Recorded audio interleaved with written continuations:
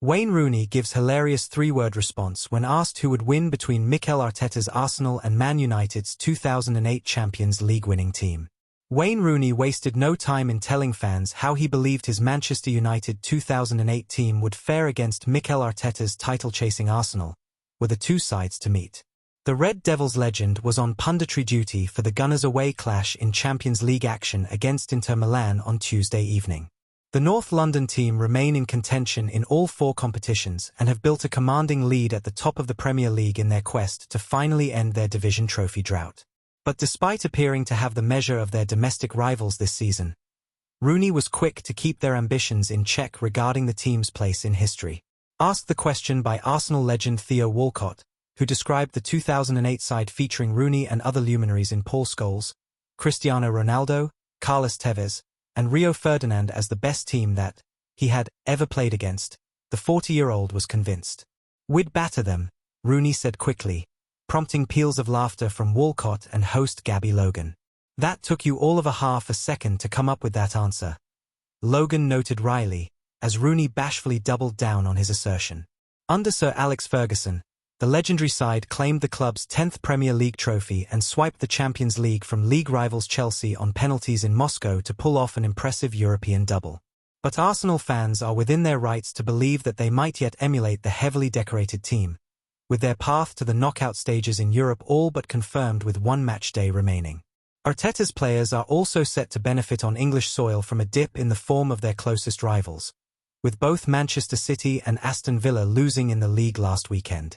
Pep Guardiola's side were the team's closest rivals but were felled 2-0 at Old Trafford by a Man United side overseen by Rooney's former teammate Michael Carrick.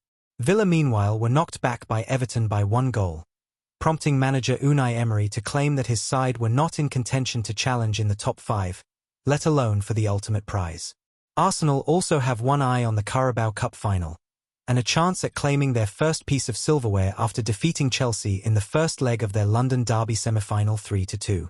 Kobbie Mainoo has a point to prove to someone still at Manchester United. Kobbie Mainoo made his first Premier League start of the season on Saturday, and his performance was a reminder of what he can offer at Man United. The sight of Kobbie Mainoo shimmying away from Antoine Semenyo near the halfway line at Old Trafford on Saturday was a valuable reminder of the technical quality possessed by the Manchester United midfielder. It was also a jolting reminder that, somehow, Mainoo was making his first Premier League start of the season on January 17th. There is little desire to go back over the wreckage of the Ruben Amorim era now, but had the Portuguese head coach not taken a wrecking ball to his position at the turn of the year, perhaps he would have limped on further into this season. Had that happened, then who knows where Mainoo would be now. Amorim always insisted that Mainoo was competing with Bruno Fernandes for a place in his team.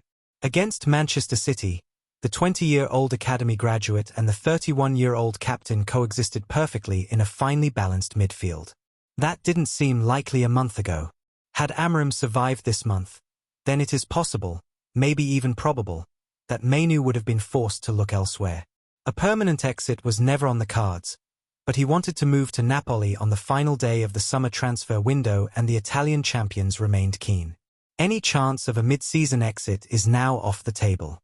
The embrace between Mainoo and Michael Carrick at full-time on Saturday was a visual sign of the faith the new head coach has shown in a young player whose confidence has taken a battering and development has stalled.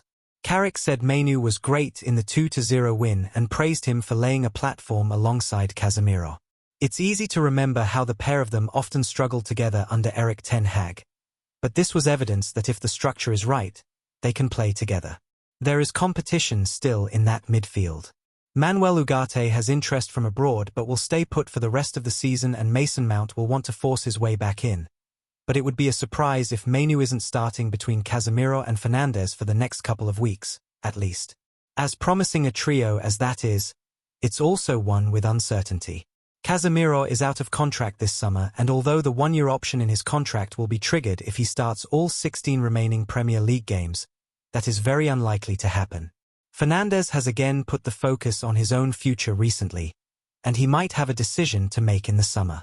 Mainoo looks the safest bet for the long term, and the Stockport-born midfielder should be a United player for years to come. But while the departure of Amorim is one obstacle out of the way, contract talks between his camp and the club haven't gone smoothly. Although some performance bonuses have been triggered, Mainoo remains on the deal he signed in February 2023, when he was 17. It doesn't reflect the status he believes he now holds, and if he does emerge from the second half of the season as a first-choice midfielder, that will again need revisiting. That deal expires at the end of next season, and although United have the option to extend it by 12 months, it will go down as a failure if that is required. New and improved terms should be sorted by this summer. The onus is partly on Mainoo to show he is deserving of the pay rise he believes he warrants. He certainly looked it on Saturday. If that level is maintained, then Director of Football Jason Wilcox will have to act. He is the key figure in contract decisions now, and it would now be a good look for an academy graduate at Mainoo's level to enter the final 12 months.